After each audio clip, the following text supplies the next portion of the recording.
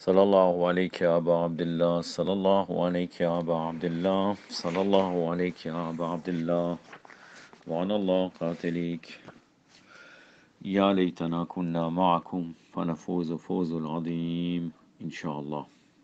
أعوذ بالله السميع العليم من الشيطان الرجيم. بسم الله الرحمن الرحيم. الحمد لله رب العالمين وبه نستعين وصلى الله على محمد وطهته الطاهرين وعلى الله عليهم أجمعين من الآن إلى قيام يوم الدين.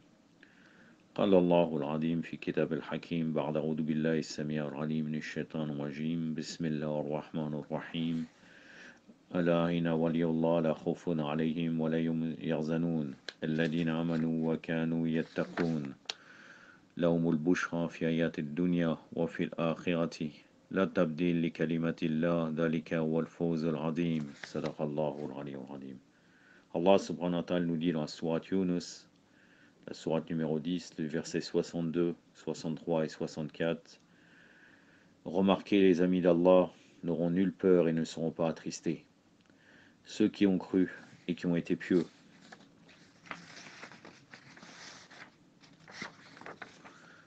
À eux la bonne nouvelle dans la vie immédiate et dans la vie ultime. Il n'y a nul changement aux paroles d'Allah. Et c'est là le succès sublime.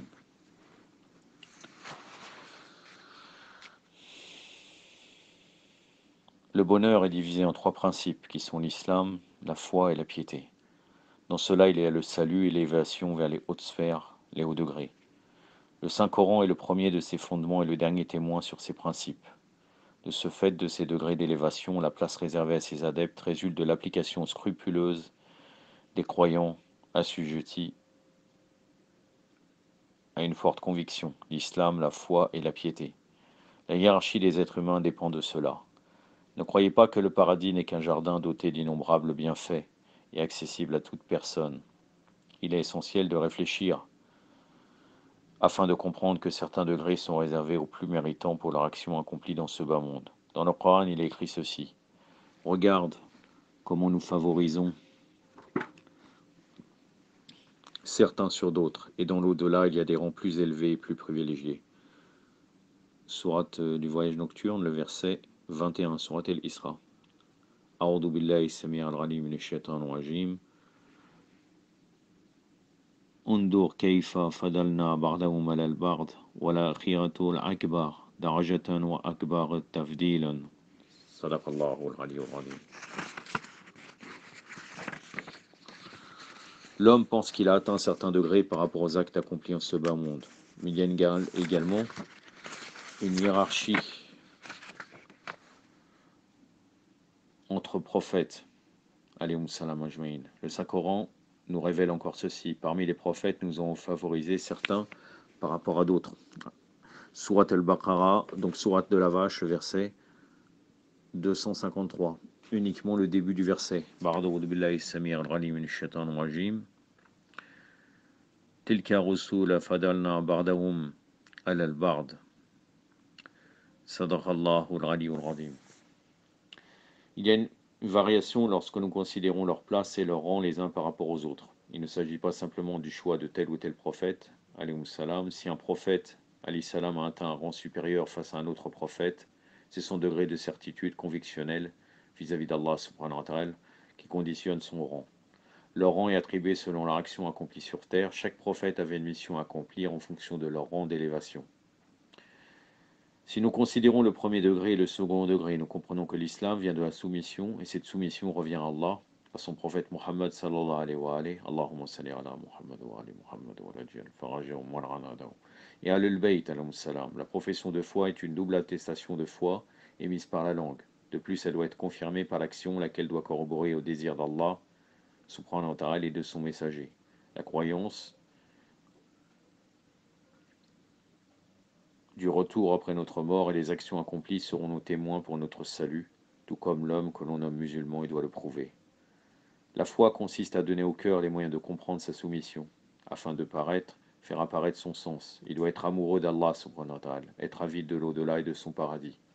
Son cœur doit être humble et de ce fait, l'homme pourra demeurer dans la foi de notre religion qu'est l'islam. L'homme ne peut franchir le pas pour atteindre la foi seulement en faisant sincèrement ce qu'il entreprend pour Allah Azza wa Jal. Il doit avoir dans son cœur de la dévotion et du recueillement pour être gratifié de cette soumission totale pour Allah subhanahu wa ta'ala et pour son messager. Il doit le prouver par ses paroles et ses actions. Il doit craindre le châtiment comme il a été révélé par Allah dans son saint livre, le Coran et dans les propos du saint prophète de l'islam, sallallahu alayhi wa alayhi. Il ne doit pas désirer les récompenses promises par Allah, sinon où est donc la foi? Où est cette envie de se rapprocher du Seigneur? La foi ne peut arriver dans le cœur de l'homme sans crainte de décevoir son Seigneur et sans espoir d'être sauvé du châtiment qui éloigne les bienfaits dans l'au-delà. Bien entendu, c'est relié avec le hadith de l'imam Ali alayhi salam qui détermine euh, les gens en trois, l'esclave, le commerçant et l'homme libre. Et l'objectif, c'est d'atteindre le degré de l'homme libre. C'est pour cela que je vous ai dit cela. Il doit désirer les récompenses promises par Allah. Il ne doit pas désirer les récompenses promises par Allah, parce que s'il désire les récompenses promises par Allah, il fait partie des commerçants. Même si effectivement ce n'est pas interdit. Mais on cherche, Inch'Allah, le meilleur degré. Donc il faut faire les actes sans attendre un retour d'Allah, parce qu'il mérite d'être adoré. Ça, c'est l'adoration de l'homme libre. La crainte et l'espoir sont deux éléments primordiaux. La crainte perdure tout au long de la vie jusqu'à l'approche du déclin humain pour se rappeler la promesse divine. Le croyant après sa mort verra la promesse réelle, et quand tu regarderas là-bas, tu verras un délice et un vaste royaume. Surat An-Insan, verset 20. أعوذ بالله السميع العليم من الشيطان الرجيم وإذا رأيت ثم رأيت نعيما وملكا كبيرا. Sadaqallahu al-Aliyyul Azim. Lorsque le croyant voudra apercevoir l'immensité de sa récompense, les nombreux lits où il aura la joie de s'y installer, et ceci pour les années pieuses au service du Seigneur des mondes. Le délice dont il est question dans le Coran est bien entendu selon le degré du croyant qu'il aura pu atteindre. Le deuxième principe de la foi consiste à rendre le cœur de l'homme enclin à la crainte révérentielle et à rechercher avec passion le pourquoi de sa soumission à l'égard de son Créateur. Il est informé du bouillonnement de la géhenne, de ses supplices, mais il doit garder en son cœur la crainte et l'espoir pour Allah. Il doit bannir la peur de l'enfer à cause de ses mauvaises actions accomplies en ce bas monde. Par cela, il s'élèvera vers des degrés supérieurs au paradis et recevra d'innombrables récompenses. La crainte, comme elle a été mentionnée plus haut, fait partie de la véritable foi. Le croyant doit craindre non pas les supplices de au-delà, mais bien les supplices causés par l'éloignement de son Créateur. Le musulman est celui qui est totalement soumis au précepte du Saint-Coran. Il doit rester perspicace et vigilant en toute occasion. Le troisième principe est la piété, qui vient après la soumission, qui authentifie la foi, laquelle conduit à la réalité de la piété. Cette capacité d'adoration était placée sur le cou de l'homme, ce qui doit le rendre encore plus vigilant et devenir obéissant aux ordres de son maître par excellence. La piété chasse les actes futiles qui proviennent de la passion sans fondement. Cette piété éloigne aussi de l'égoïsme le moi, lorsque l'homme accomplit des actes pieux surérogatoires. La piété éloigne de la désobéissance d'Allah subhanahu wa ta'ala et elle pousse le croyant à se lever dès la première heure de la prière. Awal al-waqt, lorsqu'il entend le muezzin appeler à la prière, venez à la prière, ayya al-salat, ou bien le réveil, ou bien qui sonne pour l'heure de la prière, ou bien le téléphone, afin de se tourner vers le Tout-Puissant pour lui rendre grâce par tous les bienfaits qu'il accorde à ses créatures. L'imam Muhammad al-Baqir alayhi salam explique le terme de piété. La piété ne voit pas ce qui t'est prohibé, mais elle ne te prive pas de l'ordre que tu as reçu.